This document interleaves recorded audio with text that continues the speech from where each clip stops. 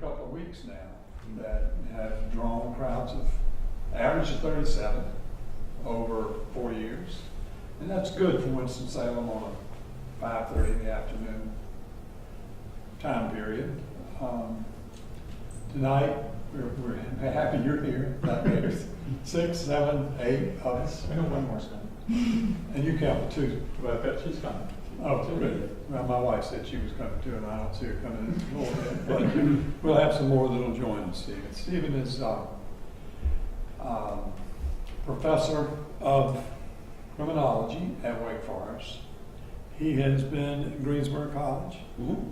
He's head of the State Association of, what's it called? Criminology? North Carolina Sociological Association. Sociological Association. He's very involved in a lot of periodicals that have been done that I'd never heard of, being an artsy guy, arts council guy. But I'm glad to know that you're studying how we treat crime.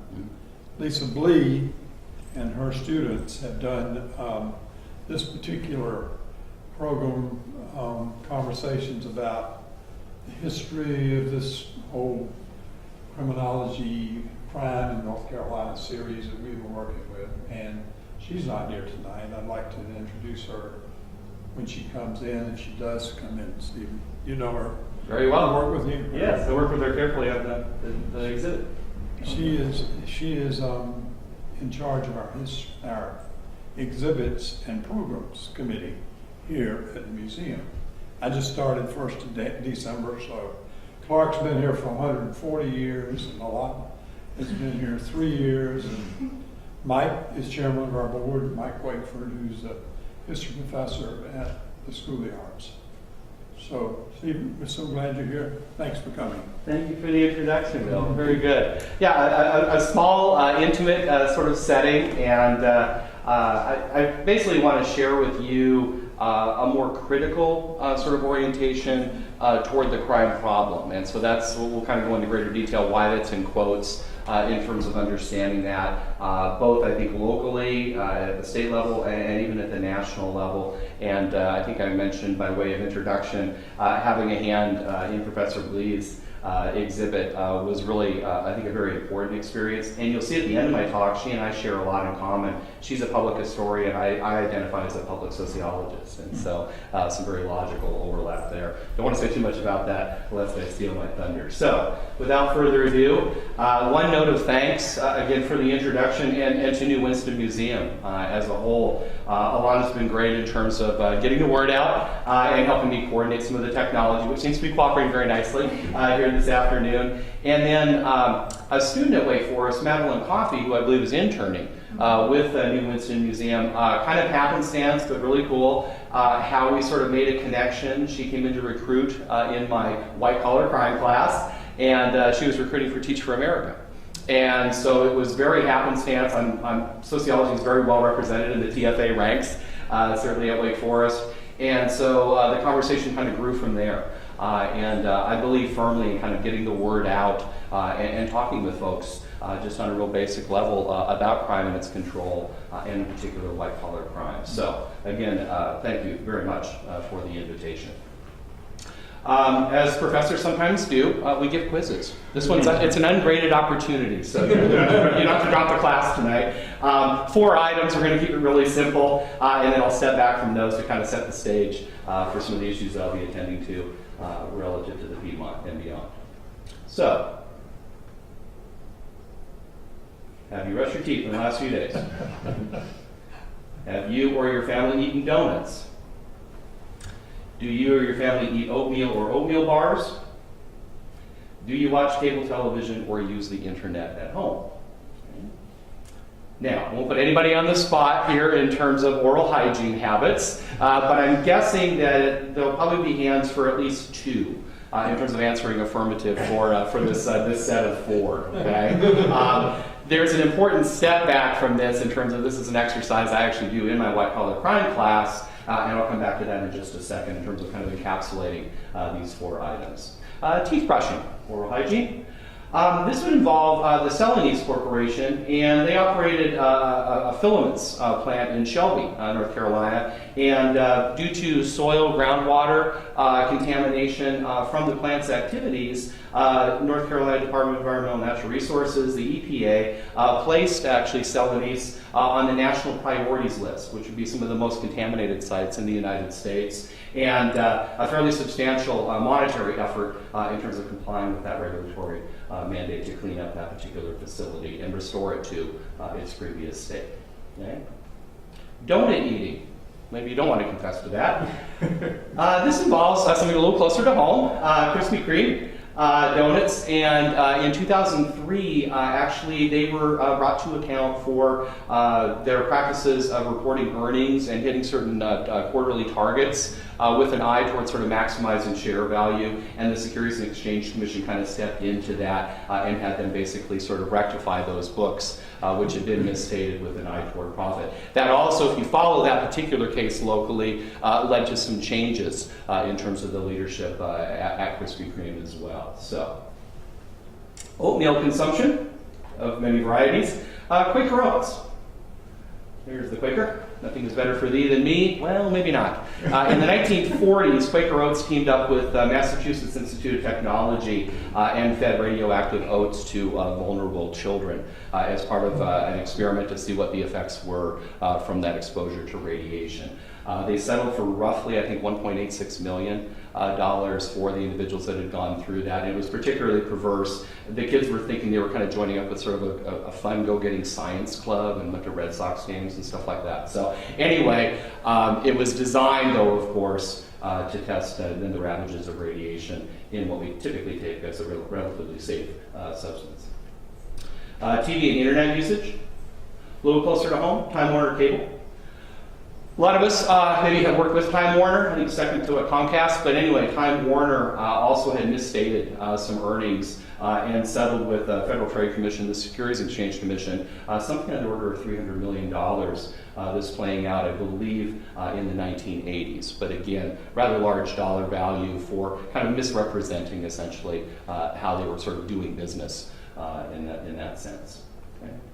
So when we talk about teeth brushing, Celanese Corporation, donut eating and Krispy Kreme, oatmeal consumption and Quaker Oats, and then TV and internet usage, essentially all of these activities involve corporate entities with which we have maybe very close day-to-day dealings. And so as we kind of fire up the computer, the TV, have an oatmeal bar, brush our teeth, all of these kinds of things are, I think, a very powerful reminder of just how intertwined our lives are with certain entities and individuals that sometimes have not abided by the law. Lest you think I was somewhat selective in picking those four. One of the issues that comes up in terms of kind of abbreviating my presentation is I could have drawn 55 maybe different entities and come up with maybe similar proportional results in terms of how you sort of manage your affairs and negotiate the day. But importantly, if we're talking about maybe government, if we're talking about government procurement fraud, if we're talking about price fixing, Reebok, Westinghouse, we're talking about maybe faulty automotive products. If we're talking about the Enron Corporation, which is kind of seen as the poster child for corporate malfeasance, BP, we're still kind of recovering from the ravages, certainly of the Deepwater Horizon spill, which I notice now has made it to popular film. So I'll come back to that at the end of the talk. And then General Electric, a host of price-fixing, environmental related issues, and yet they still rise to meet another day and maybe secure additional government contracts and these types of things. So again, I could have swapped out almost any of these entities, I think, to kind of bring home the point of how closely connected and implicated we are with respect to, in this instance, white-collar crime.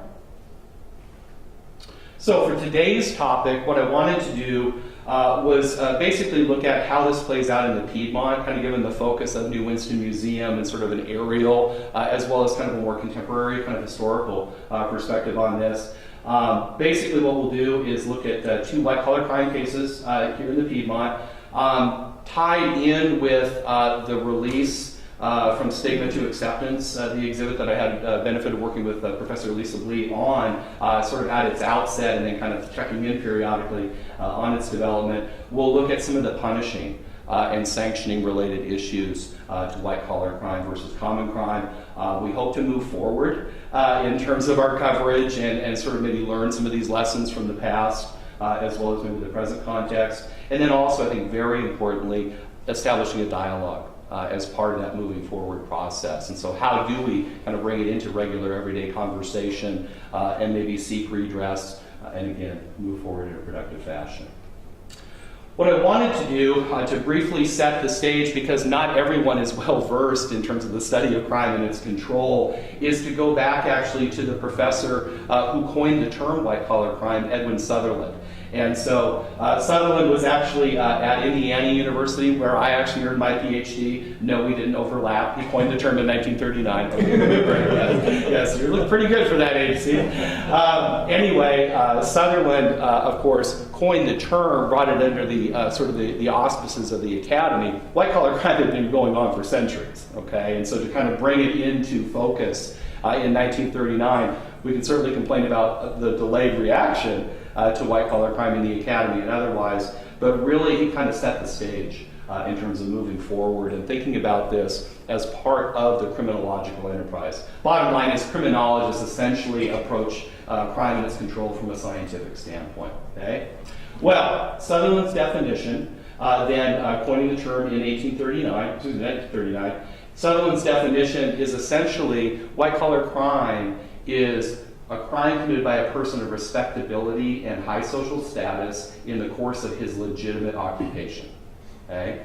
And we're going to come back to the definition in just a second, as far as there's an agenda that Sutherland has in mind in sort of launching the idea. But essentially, if you think about the component parts of that definition, we really hadn't thought about crime in those ways.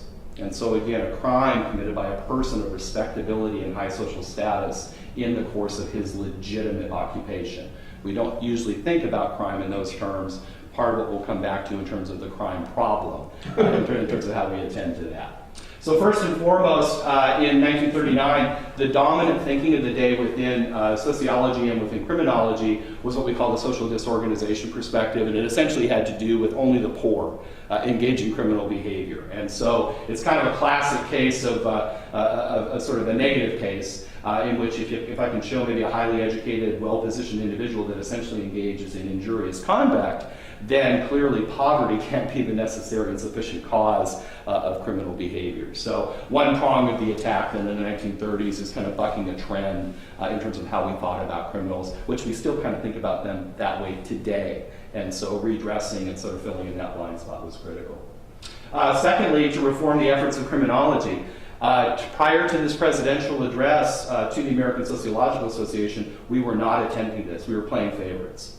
And so it's maybe an overused phrase, but speaking truth to power, we were playing it safe and looking at crimes of the lower classes and those kinds of things. And Sutherland believed that criminology is a liberalizing discipline. And so we can't play those kind of favorites. We have to call it what it is and bring it under the umbrella then for criminology. His theory of crime causation is essentially a learning perspective. We learn crime as we do conformity in a process of interaction and communication. He coined the term differential association. You could hang out with different groups and maybe acquire different orientations toward the law and your willingness maybe then to go ahead and violate that perhaps based on those associations. So crime in the workplace can be an artifact maybe of corporate culture and some of the learning mechanisms that take place, again, in legitimate occupation. This next element, embracing a modified legalistic perspective. Modified legalistic, well, it sounds like a rock band or something. Anyway, modified legalistic perspective is Sutherland kind of taking pains to show the ways in which maybe there's the law in the books versus the law in action. And oftentimes with these kinds of white-collar offenders, there's a possibility, right, that they could be convicted, and so he used the term convictable. We'll come back to this during the course of the presentation because there may be a low level, a low probability of them being convicted, but that doesn't make them any less criminal, okay? And so thinking about that, the legalistic perspective is that when criminologists talk about crime, they can only look at people that have gone through the entire process through a criminal court of law and then have sort of received the designation of guilty. Sutherland was very, I think, sensitive against that perspective because in many ways, a lot of times, white-collar criminals are not convicted. They don't go through the process that we see with common or street crime. Okay?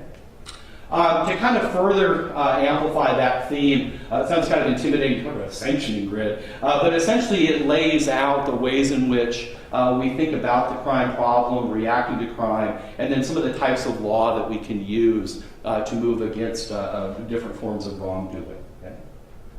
The sanctioning grid, and essentially I kind of abbreviated this. There are many other dimensions that we certainly could attend to, but for tonight's presentation, essentially we have different types of law: civil law, administrative law, and criminal law. The bottom row we're probably more familiar with, certainly as an audience. We can talk about different dimensions, like the burden of proof that you must establish, some of the remedies that are available depending upon the type of law, and then ultimately, what are the goals that you hope to achieve with respect to civil, administrative, and criminal law.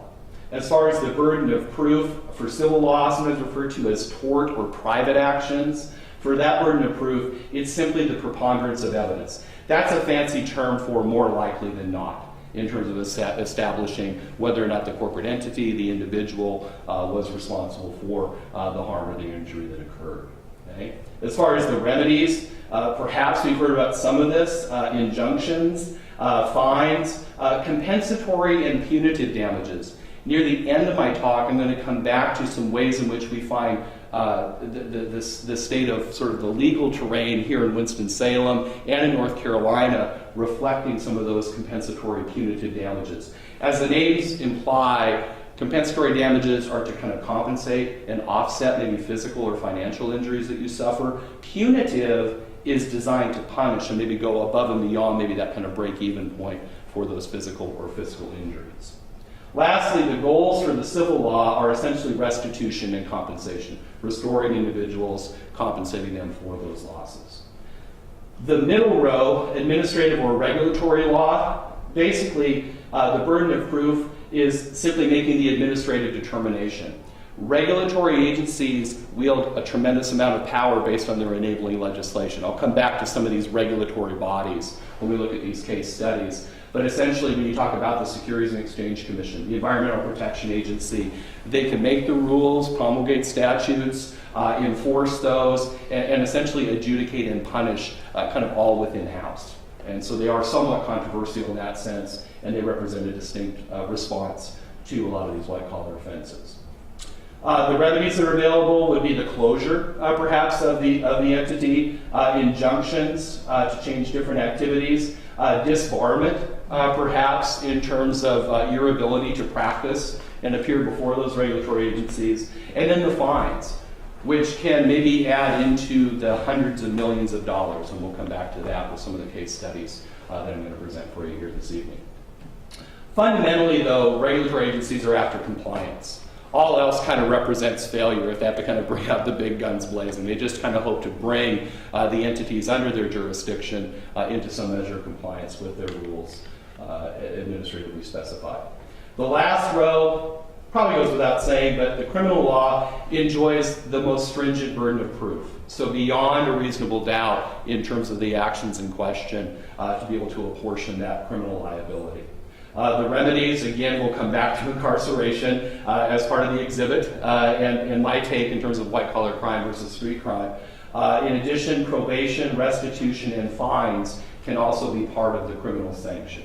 And fundamentally, the goals, if you're newer to the study of crime that's controlled, deterrence is essentially instilling a measure of fear in individuals who have been punished or those who maybe are observing the punishment experience. So again, the criminal law is predicated, again, on a different set of goals than the other two.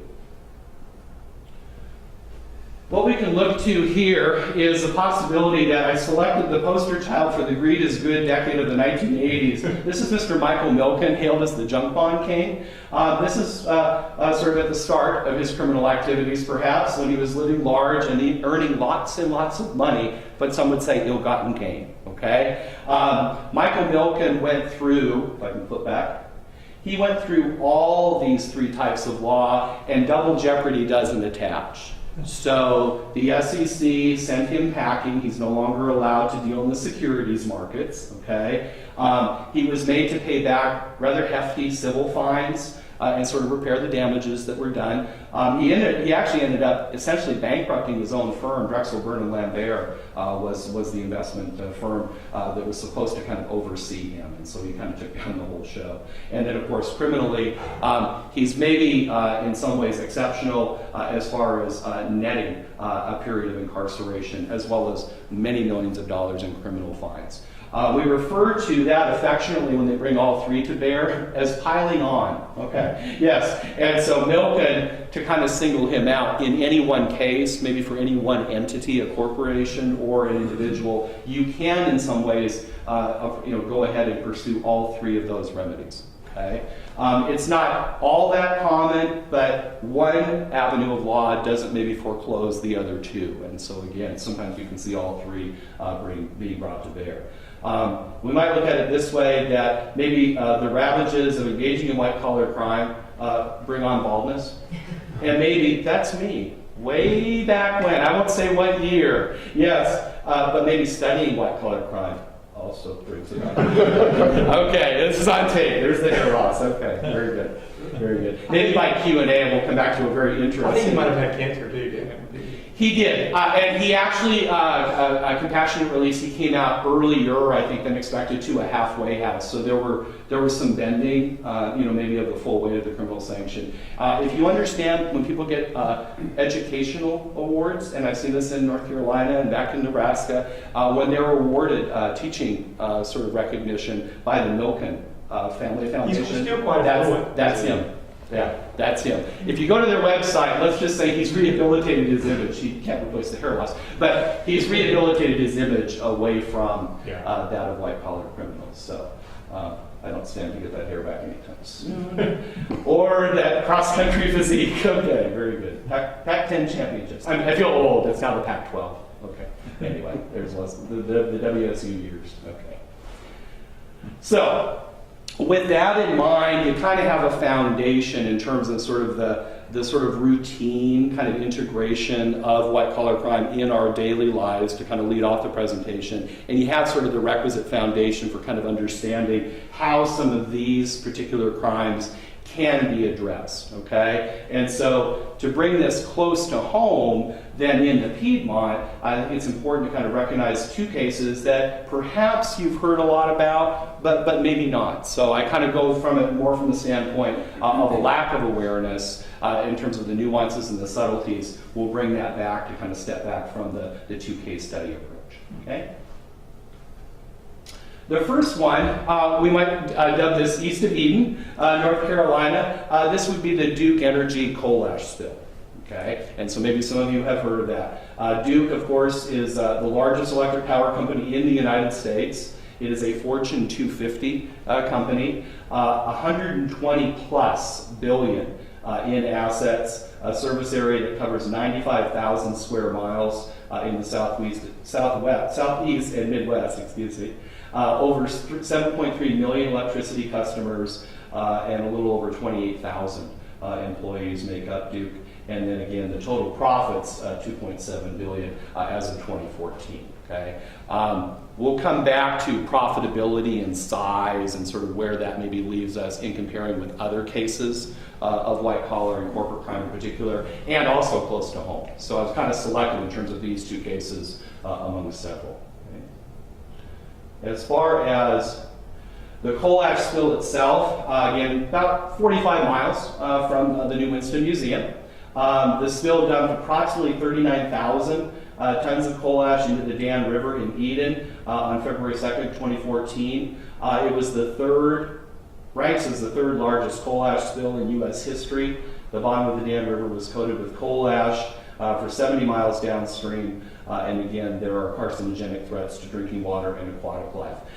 You may notice that this is sort of a single instance that I'm drawing from in terms of this particular coal ash spill, which made national news, and yet there have been other coal ash related difficulties, not necessarily culminating in a criminal outcome. There's the site. We decided to kind of forego the video clip. Wake, actually, the Center for Energy Sustainability, with some of their aerial unmanned aircraft, did kind of a flyover, and it's very striking. I might, at the end of the talk, be able to bring that back up for you, but kind of shows you the scope, sort of the enormity of the spill itself. Interestingly, to take this case as part of maybe a pattern for this activity, the illegal pollution for Duke began back in 2011, okay? There's a pattern of negligence. I put that in quotes because that's not my term. That's what the regulators saw this as being evidence of. So sometimes the danger of a case study is you're maybe lifting it out of context or a pattern of recidivism for the corporate entity in this case. The Department of Environmental and Natural Resources was faulted. This is kind of intriguing because some might say that they were doing the best that they could, but had their hands tied.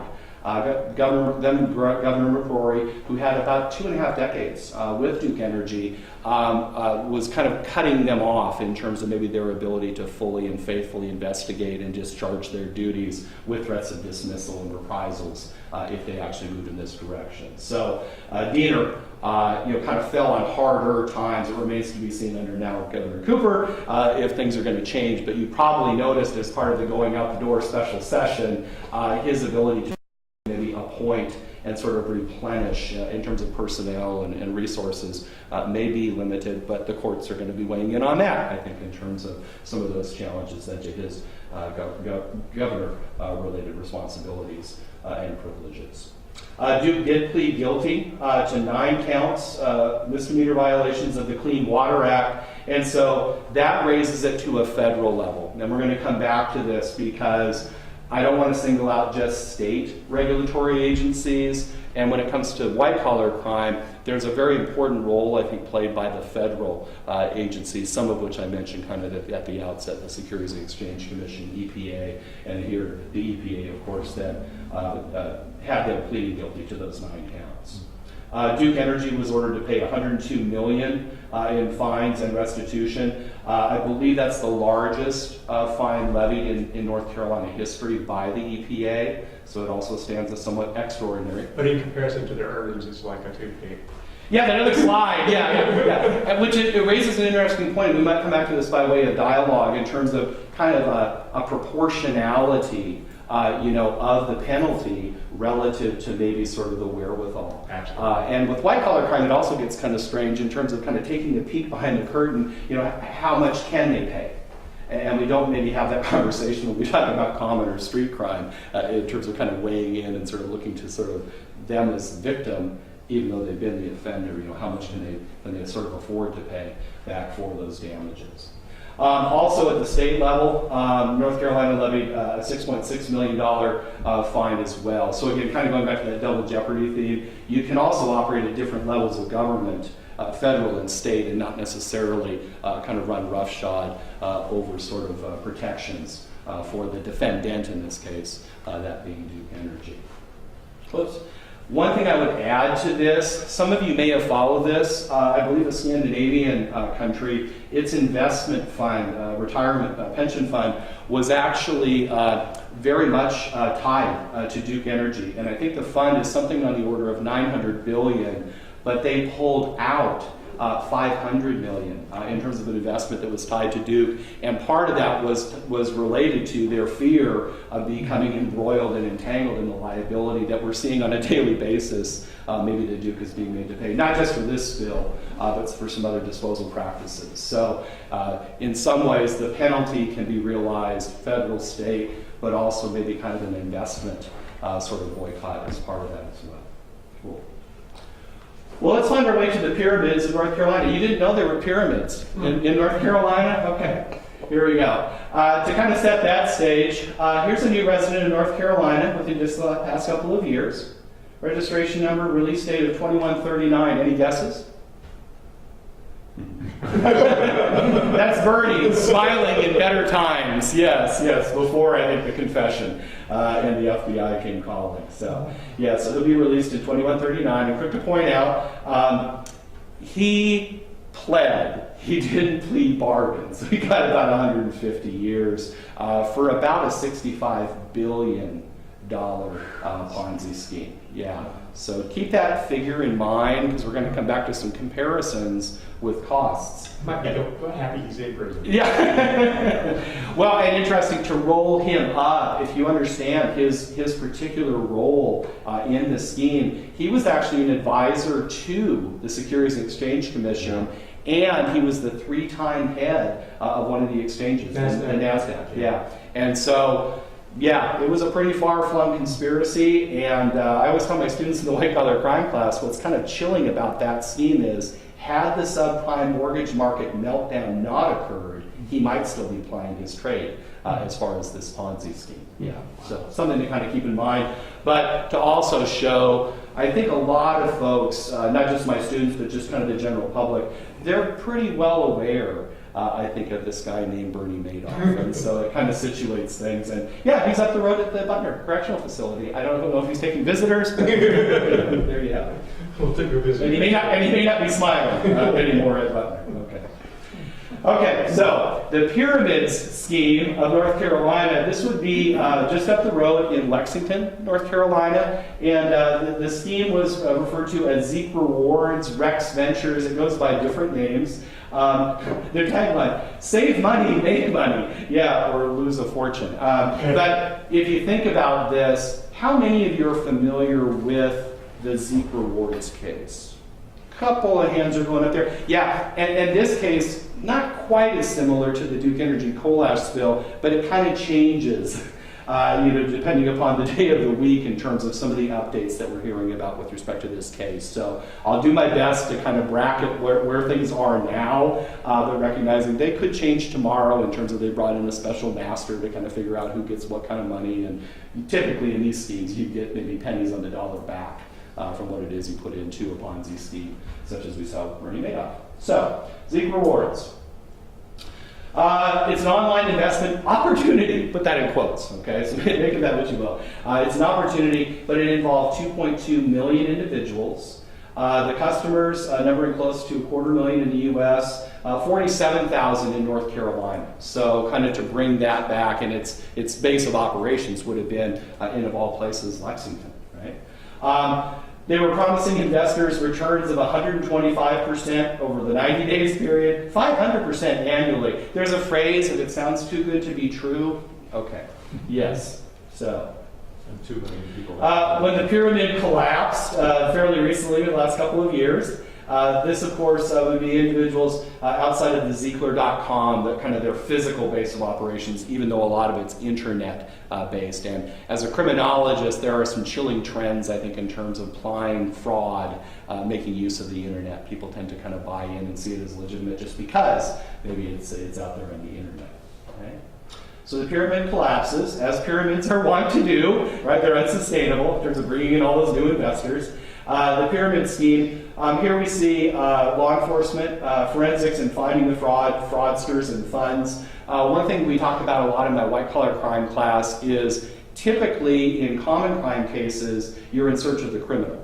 In white-collar crime cases, you're in search of the crime, because putting together the paper trail and kind of putting down everyone's addresses and figuring out when they put in how much money and all these kinds of things, who knew what, when, and where, all of those things become very complicated, I think, in terms of the complexities that obtain with white-collar offenses, not just pyramid schemes. And we'll come back to that in just a second in terms of kind of comparing that maybe with experiences of investigating, prosecuting, and ultimately sentencing common or street crime. So, this is Paul Burke. He's the founder of Zeek Rewards. And it's interesting.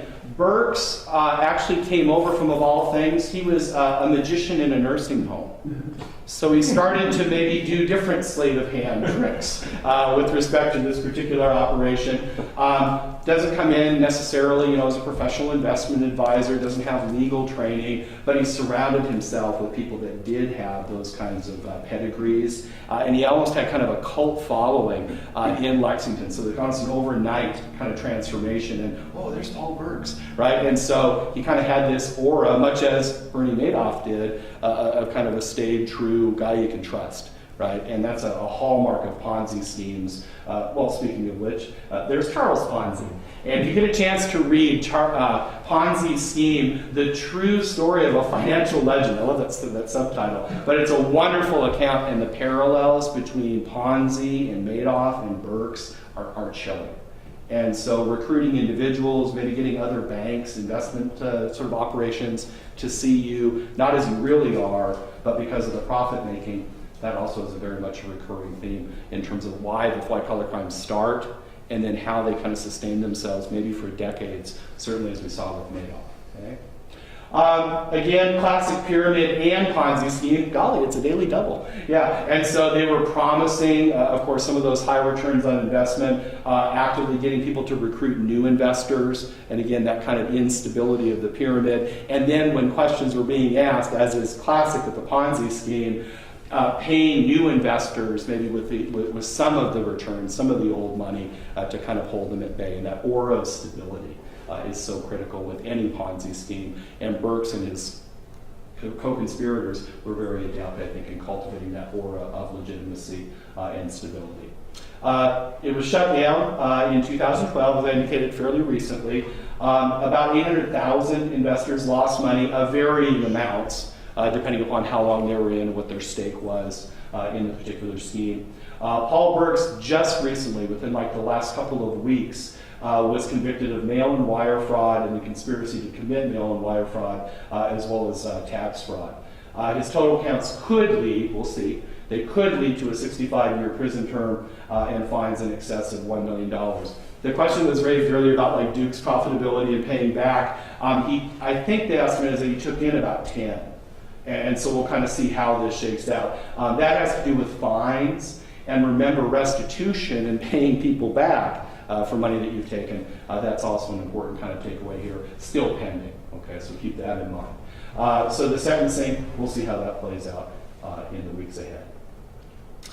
Interestingly, it's quite a network. Apologies, I got a little cut off on the side there, but Doane Olivares, the Chief Operating Officer, this is her fiance, Alex DeBrantes. He was the Internet Marketing Manager. Daniel Olivares, the Chief Technology Writer, is her stepson.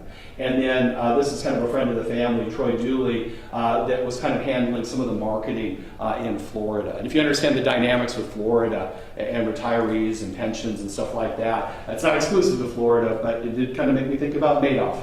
And he worked his trade very well down in Palm Beach in terms of preying on similar individuals, or at least individuals that thought they were similar to Madoff in terms of giving them or giving him their money. So in terms of this family and friends network, kind of an unusual maybe set of actors, but they're all kind of feeding off of each other. And I think in some ways, they're not just co-conspirators, but maybe kind of tied by kinship and other lineages within the scheme. Speaking of Dawn and stepson Daniel, Dawn has pled guilty to securities fraud. She received a 7.5 years term of incarceration. Daniel pled guilty to securities fraud, and he received a 2-year prison sentence. I would quickly add, if you understand federal sentencing guidelines, and in exchange for cooperation and helping to kind of roll up Burke's, that can kind of reduce then the sentence length. I cited some of the data in terms of their disgorgement, the ill-gotten gain, like how much will they have to give back. That's still actually to be determined, but some of the early estimates for Dawn were 8.1 million, and then for Daniel 3.2 million. So those numbers might shift, but they will have to pay sort of in addition to the incarceration. Cool. Well, what I'd like to do for sort of the second half of the presentation is to kind of step back from the two cases. Yeah, I like to quiz. Yeah, some of my former students, Marcus and Alex, are sitting there. Gosh, does Gunkel love to quiz? Again, an ungraded opportunity for you. Okay, so don't shy away from my white-collar crime class or other classes. But again, this is a really brief quiz. True, false. Okay? So, the overall crime rate has increased in the last decade. Many states vigorously prosecute sweet crime, or better known as white-collar crime. The incarceration rate of criminal offenders in the United States has doubled since the early 1970s. Not sure how many people were kind of making their way through Dr. Blee's exhibit, so maybe we'll give you some credit for cheating. Okay. White-collar crime often results in large damage awards for victims. Most Americans believe we're too soft on crime. Most white-collar offenses are rarely seen as crime by the public.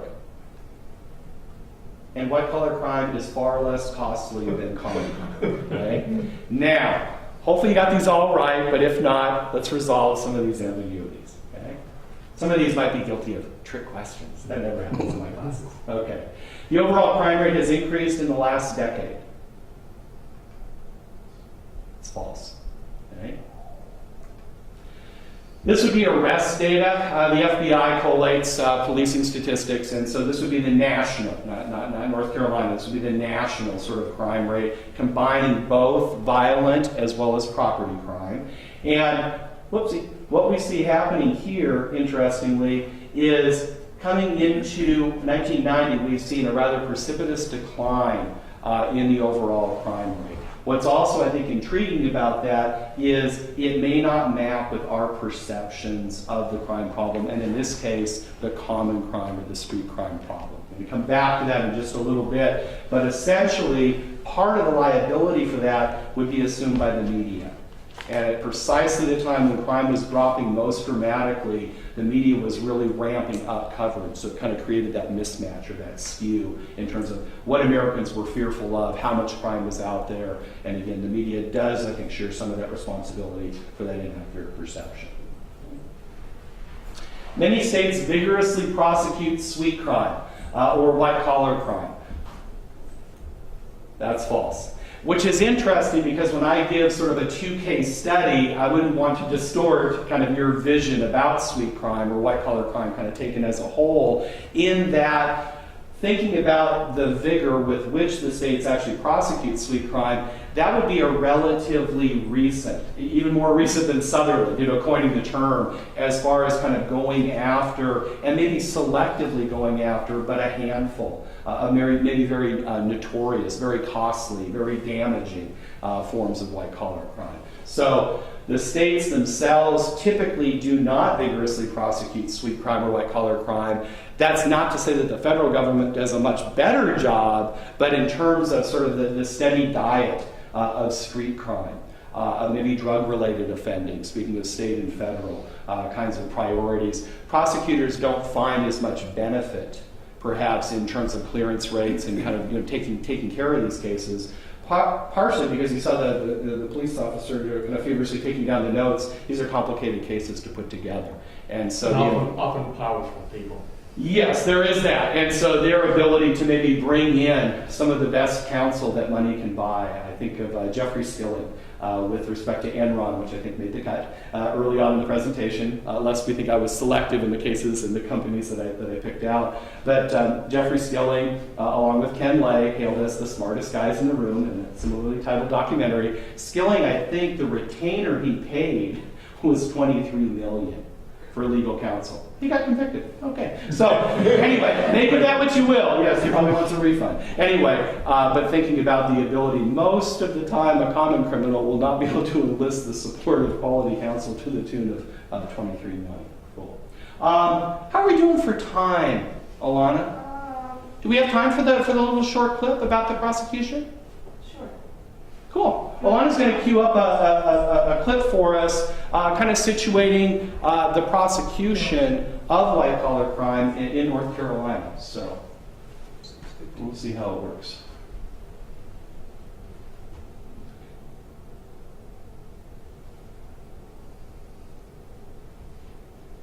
Oh, Alana, is the mute on? I don't know if I put the sound cable in.